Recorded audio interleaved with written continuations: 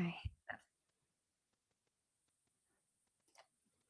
And hopefully you can see my screen okay, which yes, I'm hoping it only says oops on it rather than anything else. I've hopefully I've closed all my other tabs. So, okay, great. So thank you very much for inviting me and for having me back. I am not sure who's in the room yet. When you can't see everybody, it's hard to kind of gauge whether we've got older, younger in the middle, but I think we're mostly students here. And I want to encourage you that if you've got questions, please do drop them in the chat. It might take me a few minutes to see them, but I will get to them and try and answer them as well. All right. Okay, so Carlton asked me to speak about I'm not really sure, but this is what I'm going to go with. I want to introduce myself as not a mathematician. I am not a statistician, and I'm not even a computer graduate. So data science company, oops, is really an oops. It was not something that I could have wrote 10 years beforehand. In fact, even 3 years before we started this company, I couldn't have foreseen a data science company. And it surprised me 2 years into the company where we were and what we're doing. Why and what was my plan? Well, I'd done several careers in my life, and I'd stopped and had kids for 8 years, and I thought I want something else to go back to, and it needs to be flexible. And so self-employment gave me that option. And I also wanted something I enjoyed and that would pay for more than just the food bills, because I had volunteer roles in the past and currently at that stage, and I loved them, and it satisfied, give good job satisfaction, but didn't pay. So what did that look like? So I'm going to just give you a brief overview about the company, because you may not know who we are or much about us. So Jumping Rivers started in 2016. Open source was the main driver for it. It was flexible working from home pre-pandemic, pre-pandemic, and it was all about having choices to work and what that looked like for me as a lifestyle, and what that looked like from a job satisfaction point of view. And that was the same for the other founding members who we'll talk about in a minute.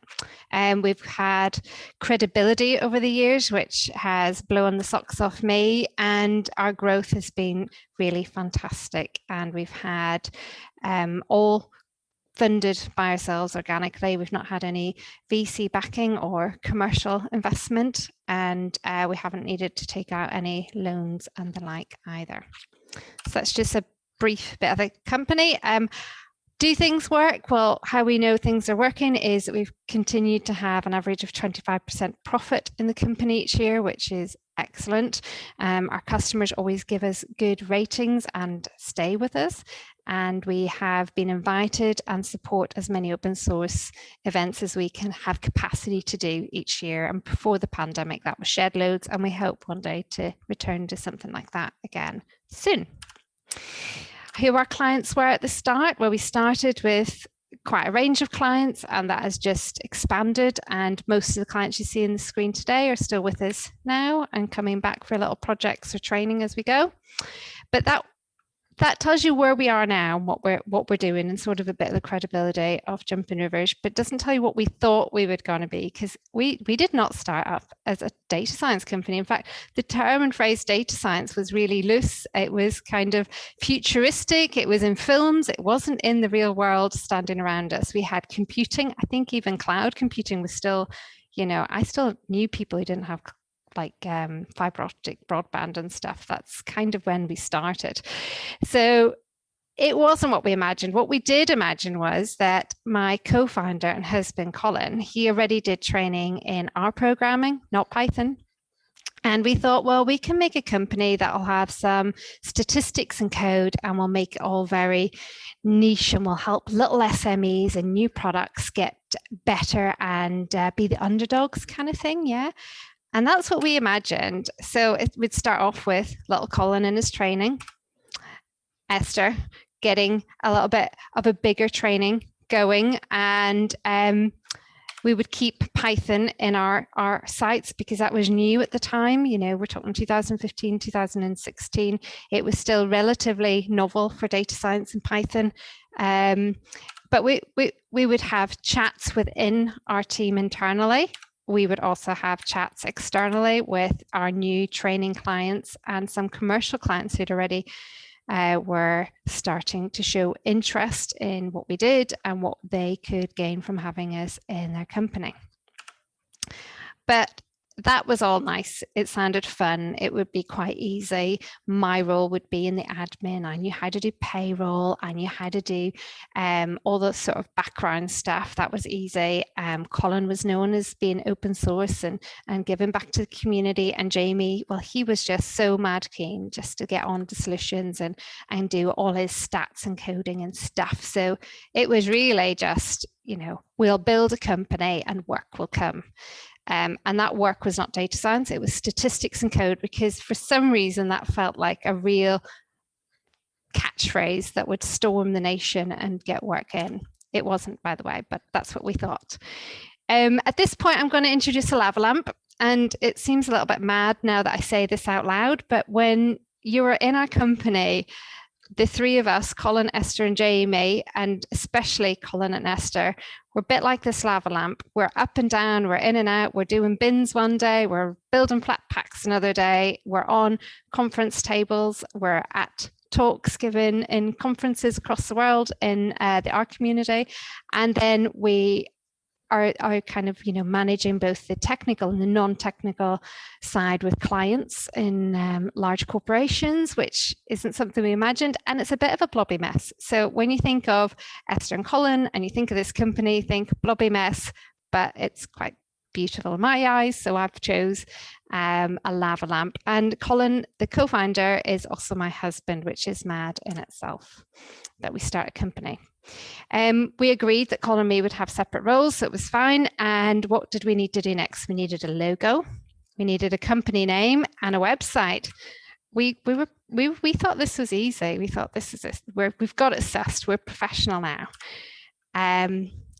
It was kind of a bit fields of dreams, you know. If we build a company, they will come, and that was great. And 9 months in, we thought, how did that look? It looked pretty much like, what the heck have we did? We started to work with small companies. We thought that was who we're going to be working for. And then we had all the nightmares of trying to work with commercial companies that take 9 months to pay you and actually ask for things that I'd never heard of and want documents and processes that we didn't have a clue about. And while me and Colin are in a romantic relationship, it was a little bit like, yikes, what have we done? So we had to figure out where were we and what we were doing and take stock and figure out, is this fitting with our home life and with everything else? And what was the company? We kind of couldn't figure out what the company was. And so this is where we start to discover we are a data science company. So I joined an accelerator. I really recommend getting mentors and having somebody you can ask questions to, and somebody who gives advice, or somebody who just annoys you with questions is probably as useful as anything else. And we did our own version of market research, and we decided that we were in fact a machine learning company, an AI company, and R and Python specialists. We were no longer going to be stats and code taking the nation. We were going to be a data science company, and that really helped define sort of what our offering was as well, which is really something I learned had to be important. And basically every day I've learned in this job, it's just continuous. So what? We often say to each other, so what? Because you know, does it matter? Was it all luck? Did we just happen to emerge at the right time? Were we just accidentally lucky? What elements worked and doesn't? You kind of always, well, I personally always feel like, does it really matter? And it's just not me, it's something else that's made this happen. And so we did do our own internal and external research again, and this is just in the last year during the pandemic. Everybody wasn't sure how business was going to go. Universities had similar issues and still are, I think. And so we did all the same things as all the other companies around us. We were no different looking outside, looking in. When we had people come in, specialists, they were like, you're the same as everyone else. So we tried to figure out how were we being successful as a company compared to some of the other sort of more niche consultancies who had started off at the same time as Jumping Rivers, who are not in existence today. So we looked at the backstage kind of area, and that's where I sit, and probably a lot of Colin's time is as well, actually, where you don't see the work that's going on, but we do a lot of research in the background. We create our own tools in the background that nobody sees, and then later when a client's ready, we'll have done the research and preparation. But again, so what? Lots of companies do that, but I believe that the success of our company has been all about the team who we've hired. We've been really fortunate, lucky, or maybe it's been more than luck. I'm not 100% sure on that, but our team is amazing. And so we do the regular recruitment, but when we get someone in, we do the regular mundane, induction period. And the induction period is just, as you'd expect, you sign up to lots of things, all your access to email, your GitLab, whatever internal systems we're using and whatever external systems we're needing them to be on as well. But then there's the next part. We actually take our induction period a little bit to the extreme, where we think, actually, what did you leave off your job CV? So nearly every member of staff has left a lot of things off their CV that they're too shy about or don't think we would care about. So over the last few years, we make sure that we get to know every member of staff who comes in, and that they get to know us as well. And that takes months. A few of companies in the Northeast that I've been in peer groups with, they take 6 weeks, and we take 3 to 6 months to do this. So we take time to set them on random tasks with each of their colleagues or new colleagues and see how they get on, see what sits comfortably with them, what they shine at, what they don't know that they're good at, or that they like and they're just mediocre at, but they like and they get job satisfaction at. And we start to structure their job description and their tasks around that. And by the end of sort of 3 months for some people, 6 months for others, they have a complete schedule of work that suits them. And ideally, they should get good satisfaction every day. That's maybe slightly unrealistic for all of us to get that every single day, but if we can get that for most parts, say 60% of the week or 60% of the month, that to me is a good place. If I can feel that little bit of a Friday afternoon feeling where you're getting to do something fun throughout my week, it's much nicer working on the mundane jobs as well. So I realize this is a luxury for us to do. And as a small company, we have the ability to do that. If there was 300 of us, that might not be quite so far. So there's questions moving forward about how this unstructured and slightly chaotic process that we have moves forward. But it's kind of fun in itself, just discovering and figuring that out. And I'm going to introduce you to Jack. He's given me his permission today. In fact, he loves this example, so he asked me to share it as well. Jack is a statistics PhD, and he does Python, and he came to us as a data scientist officially. But actually, I don't think that we can't find a job title for him. He has actually asked me on more than one occasion, what job title should I use? Because he sits across data engineering, IT, and data science. So he does models one day, and then he is setting up somebody's systems, so it's more system admin. And then another day, he's doing data pipelines for a client. And it's all linked, of course, but they're all kind of roles that you would hire individually for and not particularly think you would split them. And the most key example of how complex jobs are in Jack and job description is Jack, when he first started to come to us, we found out he liked LaTeX. In fact, Jack loves LaTeX. And it was almost becoming like his bit in the side. He was going around the company asking people for the little LaTeX jobs. And he was sneaking away with LaTeX when he was meant to be on something else, and he'd be like, it's on my lunch, I'm just helping someone out. And we always have factored in time to support each other. So that's fine. So I was really clever. And I was like, we've got a CSS job. I'm going to give Jack this little bit of CSS to do. He will love this. And I was really chuffed. And I found out a few weeks later that Jack hates CSS. I mean, he really, really hates it, to the point where he's like, please don't ever give me it again if it can be avoided.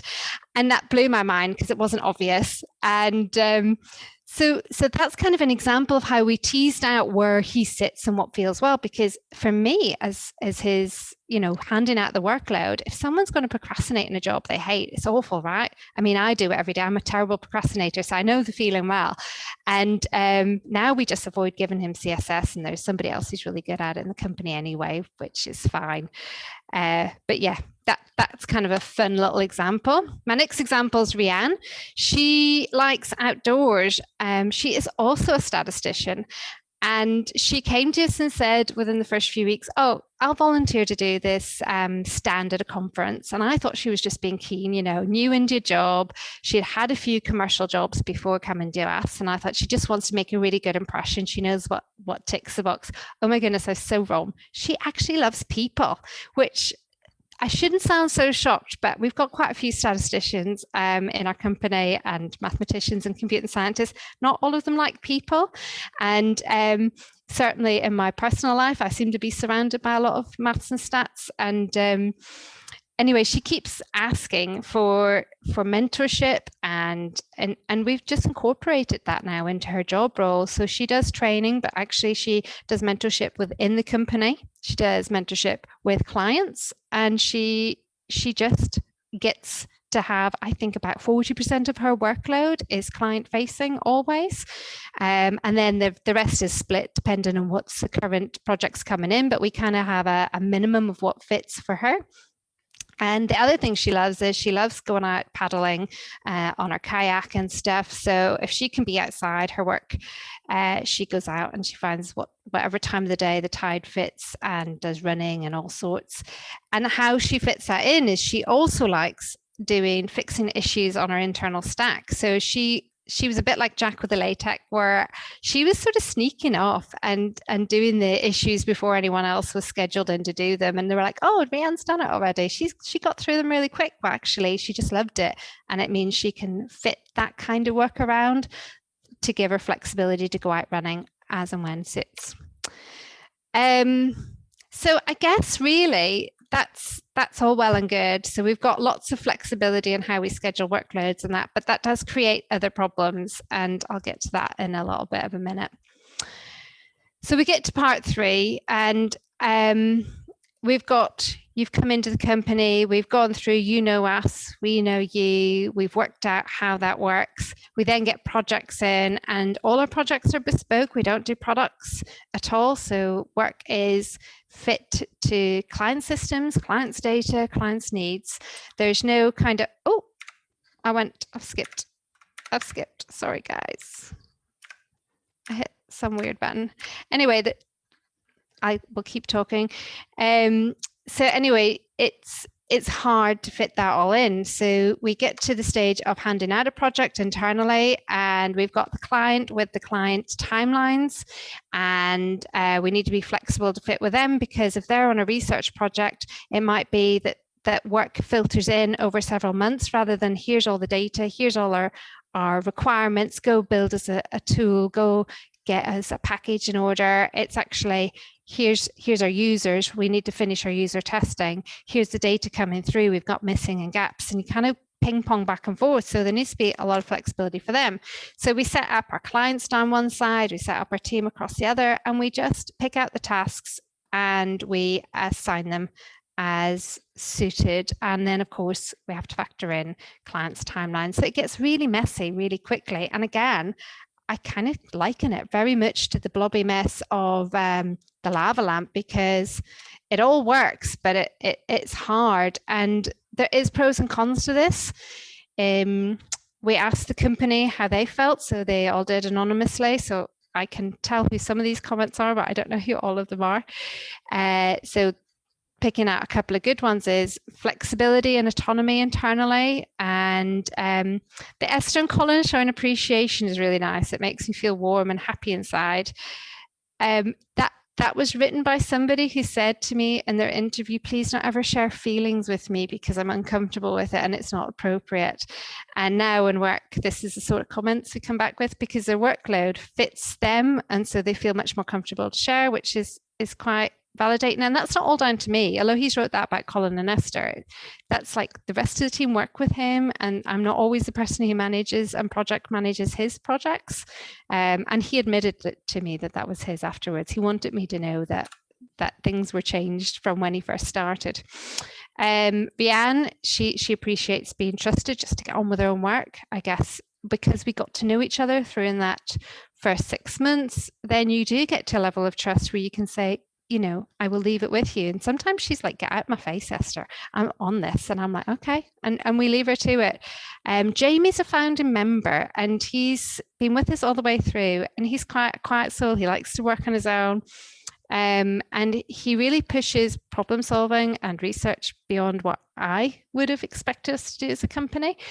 And right now that's slightly shifting, where he's pulling back a bit and he's getting to have the enjoyment of being more flexible around his family. He's just had a little girl, and he's able to pause that because, well, we've got enough money coming in, we've got his wages covered, the rest is all bonus, and it's a give and take relationship. So this comes to my really random video that I shared earlier on. It is a little bit naff, maybe. I don't know. I'm not sure what you guys are into, but I came across this podcast about Louis Fuller, and she's from the 1890s. And watching this reminds me of our team and the individuals in our team and how they are creative and make things simple. So we get projects from clients that are all over the place. You know, their thoughts are all over the place, their users are all over the place, their research or their data or their information's all over the place, their securities, well, let's say less than adequate. And the team take away that mess and bring something really simple and usable for the client to come back to. And so if I describe what Louis is like, or what I've learned about Louis, is that she was a dancer from the 1890s. And I think if she wrote down what she planned to do, or what she ended up doing 10 years later, I think we'd all thought she was a bit nuts. She created and patented lighting and stage lighting and colors on lighting before there was electricity on stages to do this particular dance that we have shared today. And she's patented and created the actual physical attire that she was wearing, with cords or rods or hoops and all sorts in the fabric of her dresses, and then the style of the dressing. And I think she even got patents for doing things like the background staging, so that she could create the effects she wanted to create. And on top of that, because nobody would help her or give her funding, she created and funded her own chemical lab to understand how color and illusions were created. And yet when we watch this, so I'm going to just press play in a second, it seems so simple and obvious that she created something, and yet I wouldn't have a clue what she did. And I think this is still one of these marvels in dance. I don't know much about dance, but it seems to be a big thing when you search up this style of dancing now, that it's like incredibly difficult, incredibly hard. And to think that this was all done before electric and be just, emerging and very innovative is kind of the beauty. In fact, it isn't kind of, it is. It's the beauty I see in the solutions our team does. And while I'm not mathematical or computational, I do get the pleasure and the joy of seeing people create a result that is just amazing. And that's made me rather happy in my role here at Jumping Rivers. I'd like to thank you all for hearing my talk. I don't have much else to say or add. We are about to hire again. I don't know if the application's open online yet, but you can contact me directly. And I as a line of encouragement, because I know you are all just thinking about what you're doing, or maybe at a crossroads or want to change lanes a little bit.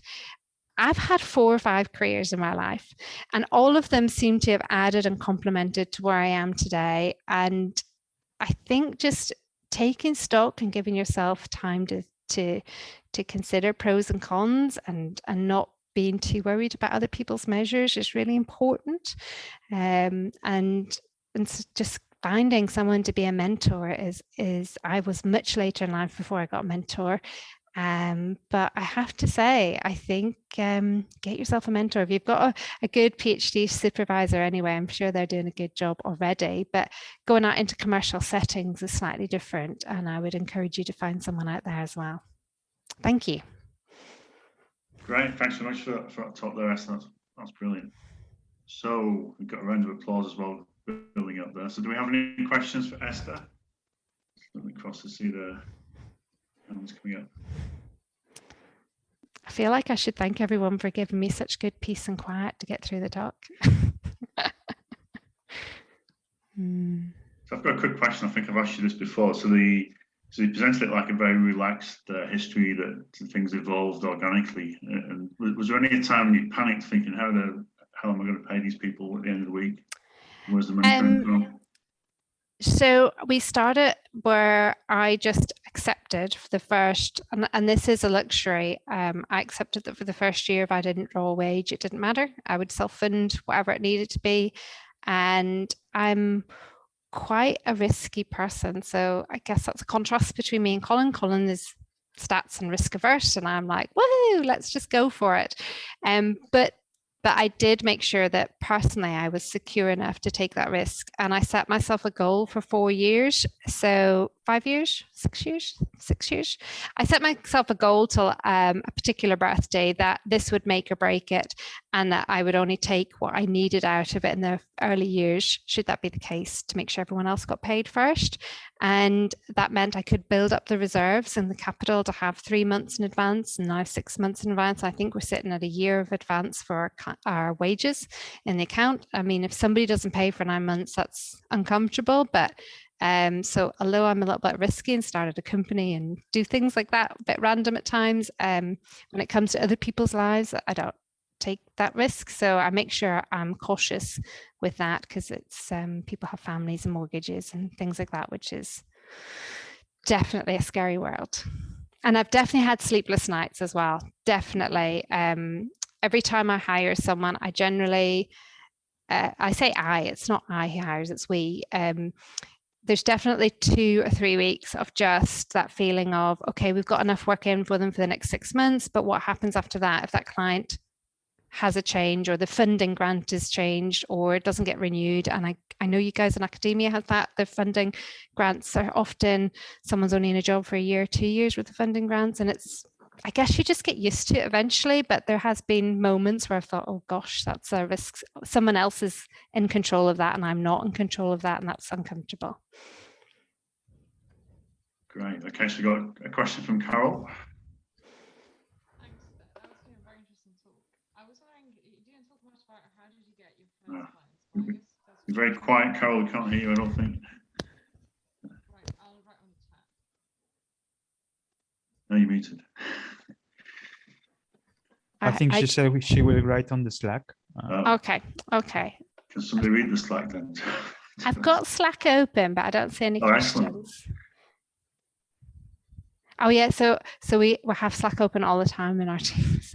It's honestly, it's both a curse and a blessing. She wrote in the Zoom chat, actually. Yeah. How did you get your first clients to get it started, is Carol's question. So now this is something that I should make very explicit. I didn't get the first clients when we first opened. So when we first opened, Colin had a little bit of a following on his open source, and he was getting requests for training. And so he started to run training company courses. And actually that kept me off with the kids for an extra couple of years. And then it was just a hobby. You know, this was on his holiday days and surrounding his regular job. And when it got to a stage where it's like, you can't have both, you know, that's making you ill. That's too many hours in a week, and it's too much responsibility. And what if you're not well and you can't turn up for that event? There was requests for projects, and it wasn't fitting for the university to take those on at that time. They weren't of interest. Again, we're talking before impact studies was a real thing. And so we've seen that there was traction and a desire. Once we made the switch to starting the company, and that was Colin, I don't think would ever have left academia. In fact, he's still there. I says, you know, you need to make a change or you're going to be ill. And And so I started the company up with one of his PhD students, and we had a couple of clients at the ready. So we had 3 months of bookings already out and available to us. Now, they may not have gone through, and that was a bit of a risk, I guess, on our side to start the company with that. And then after that, we just went slogging our guts out on open source, getting into the community, doing anything we could to get the name out there and to get a following attached. We did try things like Google AdWords. It didn't work for us, but definitely word of mouth did. And I guess just having that little bit of background and credibility did help. And that probably took him a number of years to build up, and I'm not sure how many years. But that was our strategy, what was given out for free, and then what could we pay for afterwards as a service. Does that help? It's not really a great answer, Carol. I think that probably if I was doing it now, I would definitely be seeking a mentor, and there's people who can source work for you if they're within industries, and that's often seems to be a very good way to start off.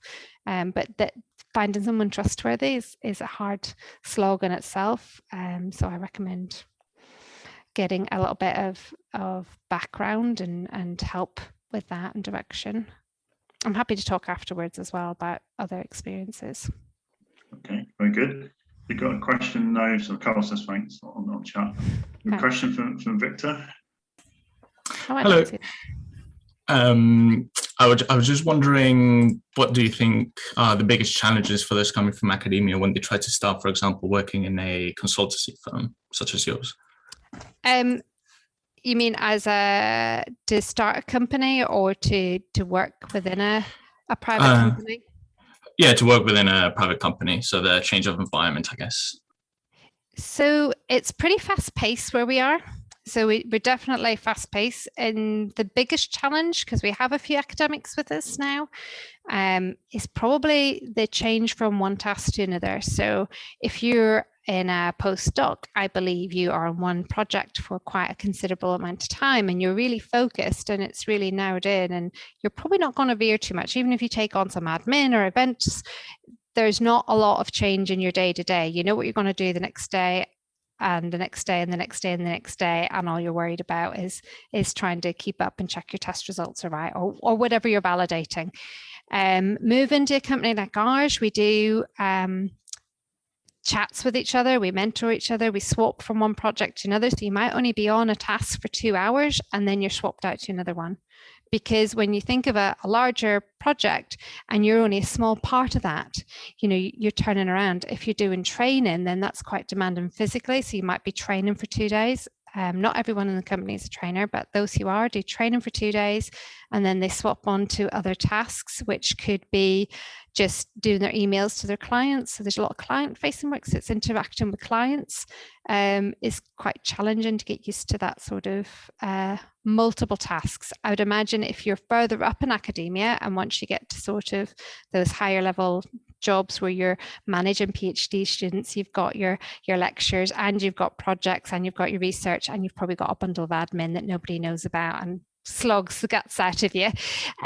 That's kind of a really mixed marriage of things, and you will have got used to that. But if you're on the sort of postdoc side, that will feel different. And even coming from a PhD, you've got your project, you've got your focus, you've got your outcomes. Once you go to commercial setting, you've got multiple outcomes, multiple people looking to you for an answer, or multiple people looking for you to support them in their answer. So it's a shift in how you prioritize your time and focus. Does that help? Yeah, I think so. Thank you very much. Very good. So any more questions on the floor?